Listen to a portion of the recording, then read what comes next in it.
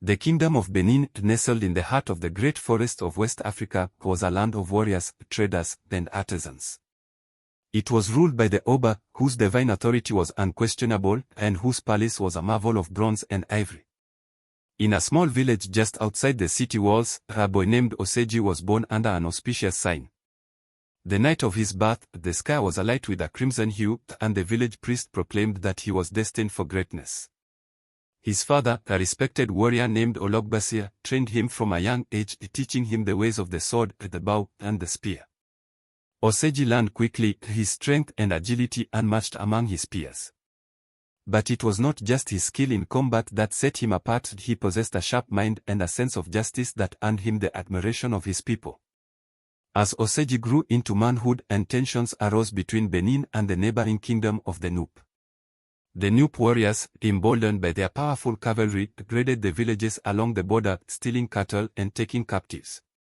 The Oba, seeing the growing threat, summoned his warriors, and among them was Osagie, now a young man of 20 summers. Osagie's first battle was a fierce one. The Nupe warriors, clad in iron and riding swift horses, swept into Benin lands like a storm. But Osagie, with the courage of a lion, led his men with such skill and ferocity that they turned the tide of battle. For his bravery, the Oba himself bestowed upon him a bronze sword, a sign of great honor. Peace did not last. One of the Oba's trusted generals, Zua, conspired with the Nupe in secret, hoping to overthrow the Oba and claim the throne for himself. Osagie, sensing treachery, began investigating. When he uncovered Zua's plans, he rushed to warn the Oba, but it was too late. The palace was attacked from within, and chaos erupted.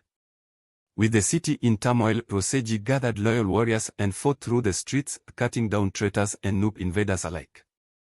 The battle raged through the night, and by dawn, the palace was reclaimed, but not without great loss. The Oba had been gravely wounded, and the traitor Zua had escaped. Determined to restore the kingdom's honor and avenge his fallen brethren, Osagie set out on a journey across the land. He sought allies among the neighboring Yoruba kingdoms and ventured deep into the forest to seek the wisdom of the ancient mystics. Along the way, he faced many trials, fierce beasts, cunning enemies, and treacherous terrain. One such trial brought him to the shrine of the leopard spirit, where he was tested in combat against a warrior of supernatural speed. After a grueling duel, Osagie emerged victorious and was granted the leopard's blessing, a gift that heightened his senses and reflexes beyond that of any mortal man. Armed with newfound strength and the support of loyal warriors, Osagie returned to Benin to find that Zua had declared himself ruler, backed by a force of Nupe mercenaries. The city was on the brink of destruction. With strategy and precision, Osagie and his forces launched a surprise attack at dawn. The battle was fierce, with the streets of Benin running red with blood. Osagie himself faced Zua in single combat, their swords clashing under the golden light of the rising sun. With a final, decisive strike, Osagie slew the traitor, reclaiming the city and restoring order. The Oba, though weakened, declared Osagie the defender of Benin, a title that would be remembered for generations to come. With the city secured, Osagie turned his attention to rebuilding. He restructured the army, strengthened alliances, and ensured that Benin would never again fall victim to treachery. His name became legend, whispered in the halls of the palace and sung by the griots who told of the warrior who fought like a lion and saved the kingdom from ruin. And so, the story of Osagie, the Lion of Benin, passed into history, a tale of courage, loyalty, and the unbreakable spirit of a true warrior. Years after the great battle, whispers of a surviving faction loyal to Zua began to spread. These remnants, operating from the dense forests and secret hideouts, plotted their revenge.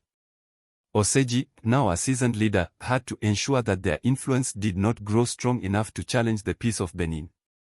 His spies soon discovered that a powerful warlord named Okuta, Zua's last remaining general, had been gathering forces in the east. With a hardened army and the wisdom he had gained over the years, Osagie prepared for yet another battle to secure the kingdom's future. Osagie led his forces to the eastern borders where Okuta's army had fortified themselves. The battle was unlike any he had fought before. Okuta's warriors were ruthless, using guerrilla tactics and surprise ambushes to weaken Benin's forces. However, Osagie, having learned from his past experiences, adapted quickly, leading his men with masterful strategy.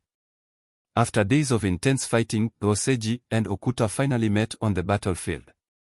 The duel was ferocious, lasting until the sun began to set. With one swift, precise movement, Osagie struck down Okuta, putting an end to the rebellion once and for all. With peace restored, Osagie devoted his remaining years to fostering unity and prosperity in Benin. He expanded the kingdom's trade, strengthened diplomatic relations, and patronized the arts, ensuring that Benin would thrive for generations. His legacy endured, his name forever etched in the annals of history as the warrior who became a legend. As Osagie grew older, he faced challenges from within. Nobles vied for power, seeking influence over the Oba. Osagie had to navigate political intrigue, ensuring that his reforms remained intact while keeping the kingdom from falling into disarray. A mysterious priestess arrived at the palace, speaking of an unseen threat looming over Benin. Osagie sought out the wisdom of the oracle, embarking on another journey to learn the true meaning behind the prophecy. Osagie traveled to a hidden land, a place spoken of only in whispers by the village elders. Legends told of an ancient power hidden within, guarded by spirits and creatures unknown to man. The journey was perilous, with treacherous swamps, dense forests, and towering mountains blocking his path. But Osagie pressed on, his resolve unshaken. At the heart of the Forbidden Land, he discovered an ancient temple, its walls adorned with carvings depicting warriors of old. Within lay a relic of immense power, a ceremonial dagger said to hold the blessings of the gods. As Osagie reached for it, the ground trembled, then from the shadows emerged a monstrous guardian, its form shifting between man and beast. The final trial had begun. The battle was unlike any he had faced before.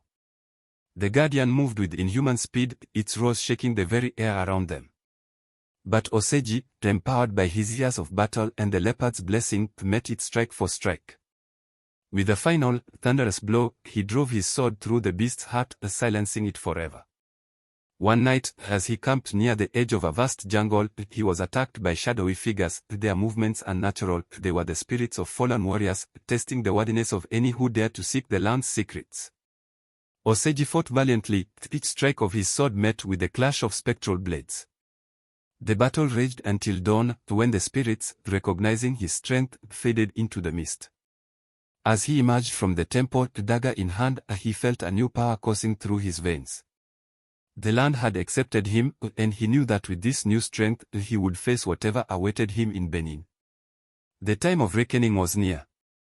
A trusted ally, driven by greed, turned against Osagie, forcing him into his last great battle. Now an elder, Osagie prepared for his final days, ensuring that his legacy would endure and that Benin would remain strong for generations to come. Like, comment, subscribe and turn on post notification for more exciting stories and African tale.